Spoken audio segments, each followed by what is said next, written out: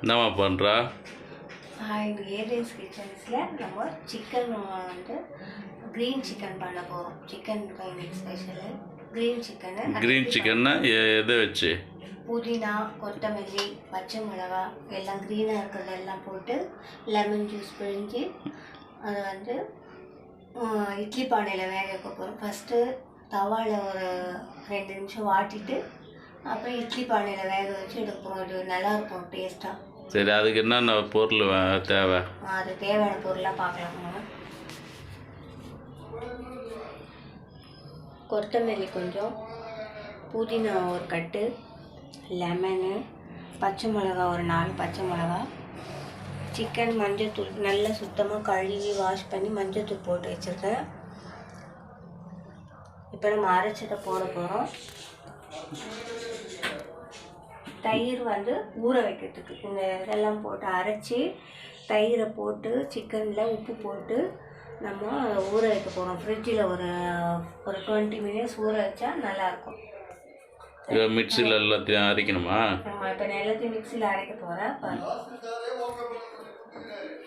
First green சிக்கன்றனால first புதினா போடுறேன். புதினாவை நல்லா வாஷ் பண்ணி வச்சுருக்கேன். கிள்ளி அதை வந்து இலை மட்டும் நல்லா கிள்ளி வாஷ் பண்ணி வச்சுருக்கேன். அதோட கொத்தமல்லியும் ஒரு கைப்பிடி அளவு,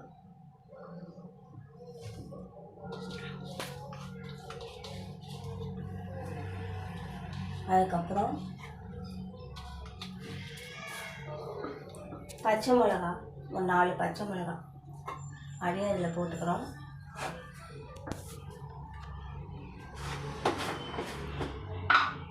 தேவையான அளவு கொஞ்சமாக உப்பு, இந்த சிக்கனுக்கு தேவையான அளவு.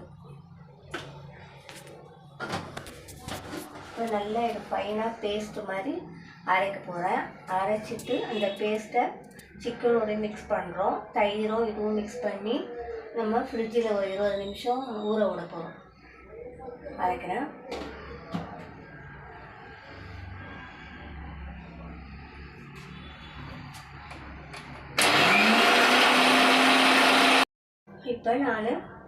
இப்போ நான் அரைச்சி வச்சுருக்கேன் பாருங்க. க்ரீன் கலரில் புதினா, கொத்தமல்லி, பச்சை மிளகா, உப்பு தேவையான அளவு சேர்த்து அரைச்சி வச்சுருக்கேன். நல்லா திக்காக இதே மாதிரி பேஸ்ட்டு அரைச்சிட்டு இப்போது இந்த மஞ்சளில் ஊறுற இந்த சிக்கனை மஞ்சளில் ஊற வச்சுருக்கோம் இல்லையா? இப்போ இதில் என்னென்ன ஆட் பண்ணுறேன்னு பாருங்கள். கொஞ்சம் இஞ்சி பூண்டு பேஸ்ட்டு ஒரு 1/2 ஸ்பூன்லேருந்து 1/2 ஸ்பூன் அளவுக்கு போட்டுட்டு இப்போ இந்த இதை வந்து பேஸ்ட்டை இதில் ஆட் பண்ண போகிறோம்.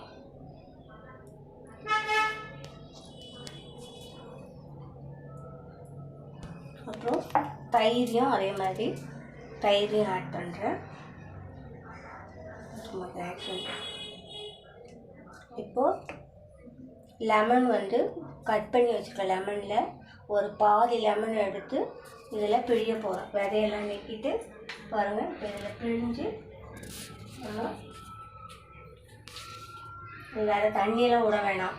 இந்த அரைச்ச பேஸ்ட்டு இந்த லெமன் பீஸ் பண்ணி விதையெல்லாம் இருக்கக்கூடாது. இதை நல்லா கலந்து விட்டுக்க வேண்டியதான்.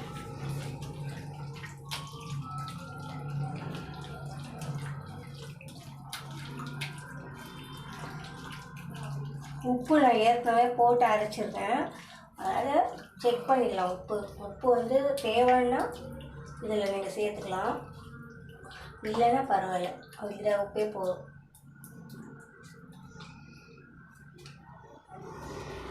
இது கூட கொஞ்சம் தேவைன்னா போட்டுக்கலாம். டேஸ்ட்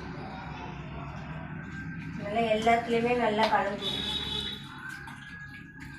இஞ்சி பூண்டு பேஸ்ட்டு, அரைச்ச புதினா, கொத்தமல்லி, பச்சை மிளகா, தயிர், லெமன் ஜூஸ் இதெல்லாம் போட்டு மிக்ஸ் பண்ணியாச்சு. காட்டு பார்ப்போம்.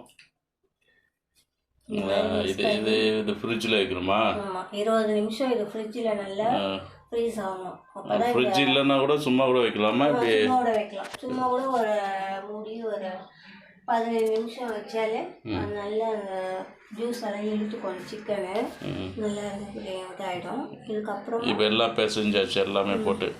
அப்போ ஃப்ரிட்ஜில் வைக்க வேண்டியதா? ஃப்ரிட்ஜில் வச்சு சாதாரண ஃப்ரீசரில் கூட வைக்கலாம். சாதாரண நேரத்துலேயே வச்சுட்டு ஒரு 15 நிமிஷம் 20 நிமிஷம் வச்சு நம்ம ஆரம்பித்து அது பண்ணலாம். இப்போது சிக்கனை 20 நிமிஷம் ஃப்ரிட்ஜில் ஊற வைக்க சொன்னேன் இல்லையா, அது ஊற வச்சாச்சு. நான் இப்போ தவாவை ஸ்டவ் ஆன் பண்ணி தவாவை வச்சுட்டேன்.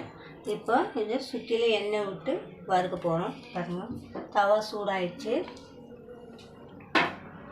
இப்போது எண்ணெய் இதுக்கு ரொம்ப தேவைப்படாது, சும்மா கடாயில் ஒட்டாமல் இருக்கிறதுக்கு தான் இந்த எண்ணெய்.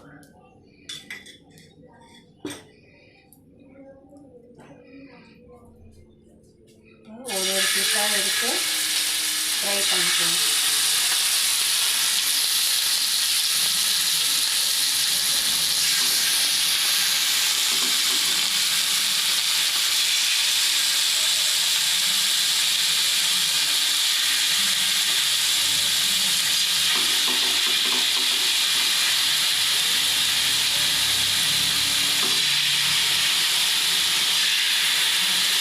இதை முதல்ல இப்படி வறுத்தணுமா? இதை வந்து நல்லா ஒரு சிம்மிலேயே வச்சு நல்லா ஒரு 10 நிமிஷத்துக்கு ப்ரௌனாக ஆகிற வரைக்கும் எப்படி வாழைக்காய் வறுப்போம் அது மாதிரி. வாழைக்காய் கருணக்கிழங்கு இதெல்லாம் வறுக்கிறோம்ல, அது மாதிரி இதை நல்லா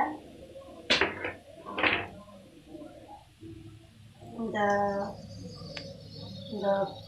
புதினா நல்லா கிரேவியாக இருக்கணும். புதினா கிரேவியே அதே நல்லா கொஞ்சம் ப்ரௌன், அது அந்த பொன்னிறமாக ஆகணுவாங்கல்ல, அது மாதிரி ஆகிற வரைக்கும் வறுக்கணும்.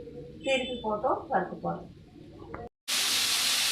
இப்போ இது இந்த இன்னொரு பக்கம் வேகணும்னு திருப்பி போடுறோம். பாருங்க, லைட்டாக கலர் சேஞ்ச் ஆகிட்டா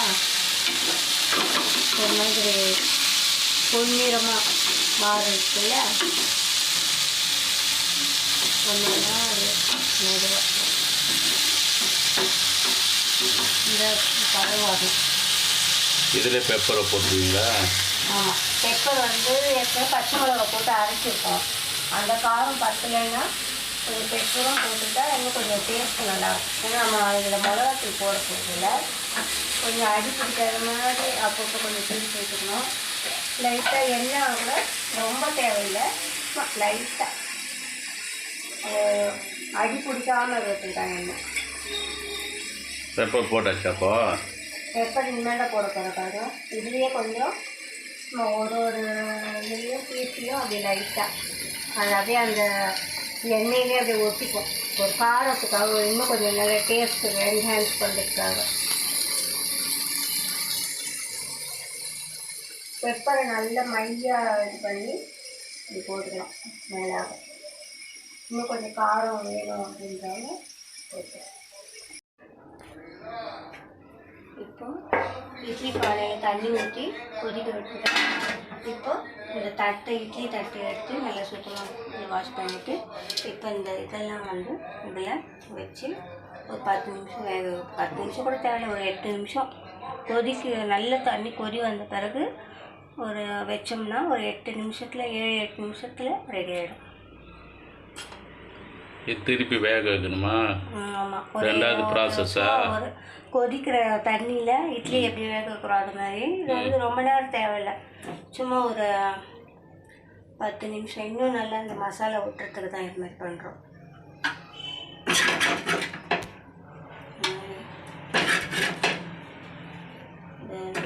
ஓகே, இப்போ இந்த மாதிரி இந்த இடங்களில் நல்லா இது அந்த ஆவி படுற மாதிரி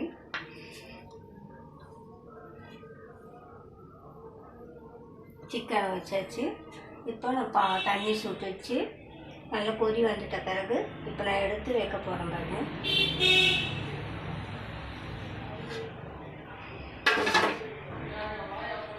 இந்த தட்டை கொதி வந்த பிறகு இதை வைக்கிறேன். இது ஆவிலே ஒரு 5லேருந்து 7 நிமிஷம் வெந்தால் போதும். 7-8 நிமிஷம், அதுக்கு மேலே ஆகாது. இப்போ நான் மூடி வச்சிடறேன்.